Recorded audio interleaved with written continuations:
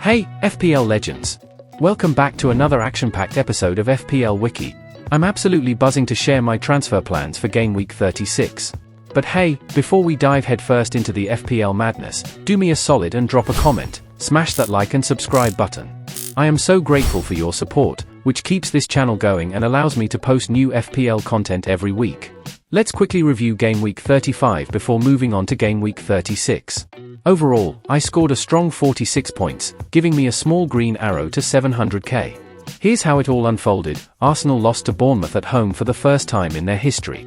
David Raya conceded twice in the second half from two creative set pieces. Daniel Munoz got a yellow card and conceded in a matter of minutes when Palace drew 1-1 with Forest at home. Ezri Konsa and Joko Gvardiol both kept a clean sheet for their respective clubs. Gvardiol also got 2 bonus points for his effort.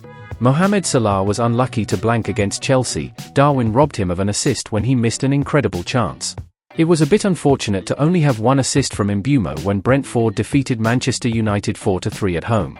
At least I got something from my captain when the other popular captain options, Salah and Marmoush, blanked. Alexander Isak got 9 points, but he had a quiet game in the 1-1 draw with Brighton, with just 0.12 non-penalty expected goals.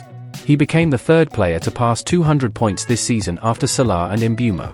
That brings an end to Game Week 35, let's move on to Game Week 36 now. Last week, it was announced that Manchester City vs Bournemouth and Crystal Palace vs Wolves would stay in Game Week 37, rather than move to Game Week 36, which means that there is no double Game Week 36. So that changes my transfer plans.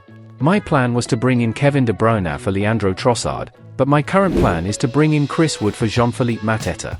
With Palace not having a double game week and Mateta only scoring 2 goals in his last 8 games, it's time to let the Palace forward go.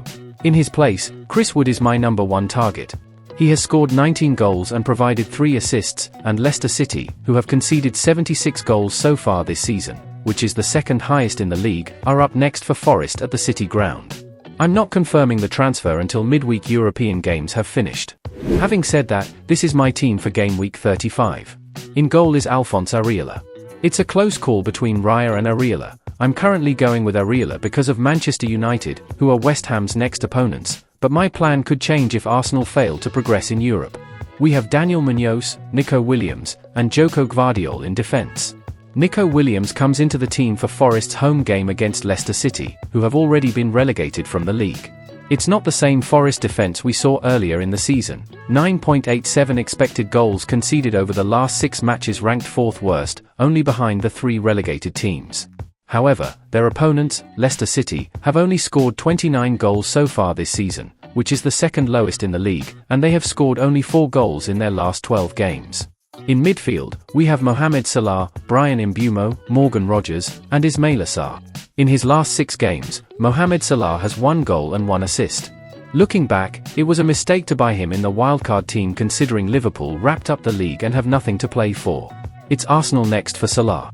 He scored in the reverse fixture at the Emirates but was limited in the chances afforded to him. If Arsenal progress to the Champions League final, they might rotate heavily, and I might consider the Egyptian for captaincy. Bryan Mbeumo is away to Ipswich and could be set to benefit from the absence of Davis from Ipswich down that flank. Ipswich have conceded 76 goals so far this season, which is the second highest in the league. Up front, we have Omar Marmoush, Chris Wood, and Alexander Isak. Omar Marmoush has 1 goal in his last 5 games, and since Erling Haaland got injured, he has 2 goals in 6 games, which is underwhelming considering he started every game and Haaland was in the matchday squad against Wolves, so this could mean reduced minutes for Marmoush. City will play Southampton in the early kickoff, and if Marmoush is benched, I will bring in Yoane Wissa, who has scored in his last 4 games and has 17 goals and 5 assists so far this season. It's a close call for captaincy between Chris Wood and Bryan Mbeumo, but currently, Chris Wood wears the captain's armband. With Forest fighting for the Champions League spot and playing at home, I'm leaning towards the Forest forward. Now it's your turn. Share who you are captaining in the comments below. I'd love to hear your strategies. And don't forget to follow me on X for live reactions and updates. Thanks for tuning in, legends. If you're new here, hit that subscribe button so you don't miss out on all the latest FPL tips, tricks, and drama. Catch you next time on FPL Wiki.